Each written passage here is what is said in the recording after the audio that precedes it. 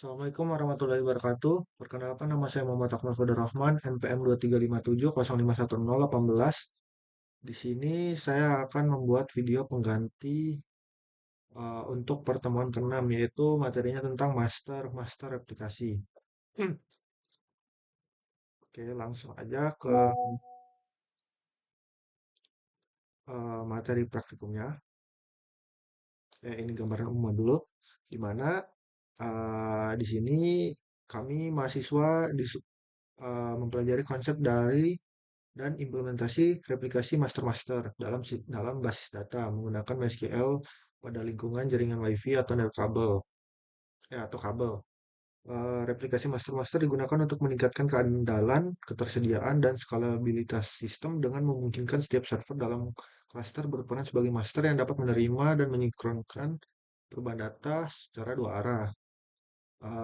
Modul ini mencakup konsep dasar, mekanisme kerja, serta langkah-langkah implementasi replikasi dalam basis data.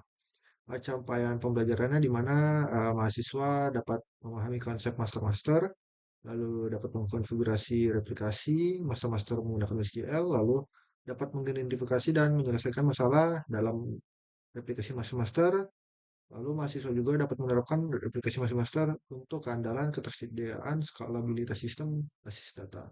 Oke, setupnya itu di mana ini kan di sini ya master-master ya. Jadi ada dua device yaitu laptop satu, laptop dua, di mana dua laptop itu harus dimatikan firewallnya agar IP-IP ini bisa saling berkoneksi atau saling terhubung karena public. Karena kalau jika ada firewall dia biasanya ada penghalang jadi nggak bisa ngeping misalnya dari PC satu ke PC 2 atau PC 2 ke PC satu. Lalu setelah itu setelah pertama itu di sini dua laptop itu masuk ke jaringan yang sama, terhubung ke jaringan yang sama, lalu habis itu cek IP masing-masing di terminal, pakai ketiknya ipconfig kalau di Windows, kalau di Linux ifconfig, lalu dari dua PC itu kan ada dua IP tuh, di sini ada IP master satu, PC satu, IP master 2 untuk PC 2. Nah, di dua PC itu saling ping ke ini lawannya misalnya yang PC satu ngeping IP PC 2 lalu PC 2 ngeping ke IP PC satu atau master satu ke master 2 ke master satu dan jika uh, dia reply from IP gini berarti dia ini tidak error yang ada TTL ini. Lalu di sini juga di mana di sini udah dua PC ini udah saling terhubung. Lalu kalau misalnya dua PC itu udah saling terhubung bisa saling nge-ping satu sama lain. Langkah pertama bentar ini, untuk langkah pertama dua PC itu masuk ke database, ngebuat dulu database dengan nama replikasi. Habis membuat nama database replikasi, lalu mengimport file replikasi SQL yang udah diberikan kakaknya. Lalu jalankan SAMPP atau Laragon. Lalu habis itu masuk ke My ini di Laragon atau SAM, lalu masukin kode ini, di mana keterangan kode ini nih server ID satu itu yaitu ini untuk master satu atau PC satu, di mana server ID-nya satu. Maksudnya di sini tuh eh, agar ini nih apa PC master satu itu mengenal kalau ini server satu, jadi tidak akan konflik dengan master 2 nanti di waktu replikasinya. Lalu ini log bin MySQL bin di mana untuk mengaktifkan binary log yang digunakan untuk mencatat perubahan data di master satu. Lalu binlog DB replikasi menentukan database yang akan direplikasikan agar master hanya menerima perubahan dari database ini database tadi yang sudah dibuat replikasi. Lalu replikat do DB replikasi ini untuk menentukan database yang mana yang akan disinkronkan dengan master 2. Lalu jika ada database lain dalam binary log, database tersebut akan diabaikan oleh master 2. Lalu ada auto increment. Di sini auto increment berguna uh, untuk mencegah duplikasi primary key pada table. Lalu, sehingga setiap server menghasilkan ID yang berbeda meskipun mereka menerima dan memproses data yang sama. Lalu report host ini eh, memasukkan IP master 1 agar nanti dapat dikenali oleh master 2 atau PC 2. Terus ketika udah memasukkan kode itu, kode kode ini di dalam file myin kita save. Habis di save kita nyalakan kembali Apache MySQL-nya di SAM atau di Laragon-nya. Lalu kita masukin SQL ini, create user, kita buat user akun untuk master 2 dan kita memberikan hak akses master 2 agar bisa merubah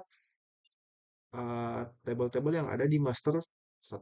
Karena kan ini master-master bukan master slave. Oke, lalu di mana di sini ada keterangan juga di mana user replica digunakan oleh master 2 untuk mengakses database pada perangkat master 1. Hak akses replication slave diberikan agar master 2 dapat membaca binary log master 1. Di sini disuruh meriksa user akun jika replika yang baru saja ditambahkan muncul di kolom username. Di, di kolom username berarti user replika berhasil dibuat. Taruh kita zoom. Oke, kita zoom di sini dia eh, nih replika ada. Lalu periksa status master 1. Di sini dia menampilkan binary log di mana di sini udah sesuai dengan replikasi, terus ada position sama ada MySQL bin untuk melacak alamat dari MySQL bin-nya. Oke, lalu setting untuk master 2 di mana sama aja kayak tadi masuk myin terus masukin kode ini sama.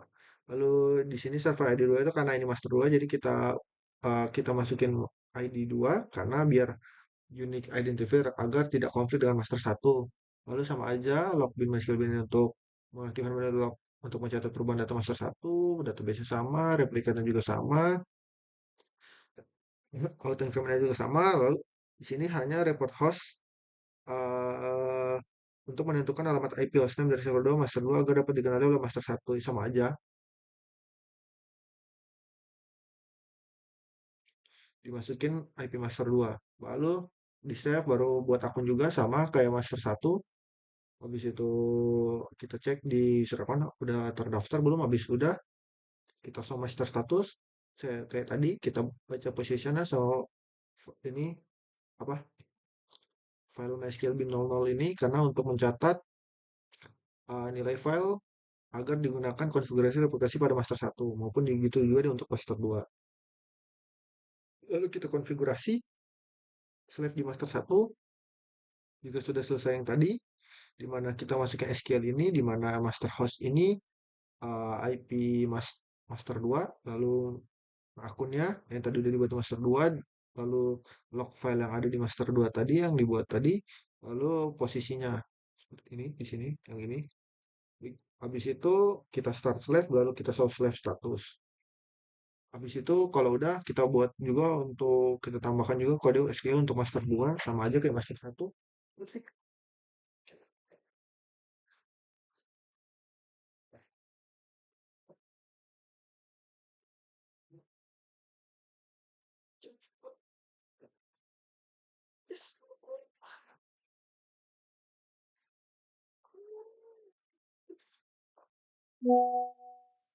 Oke, maaf.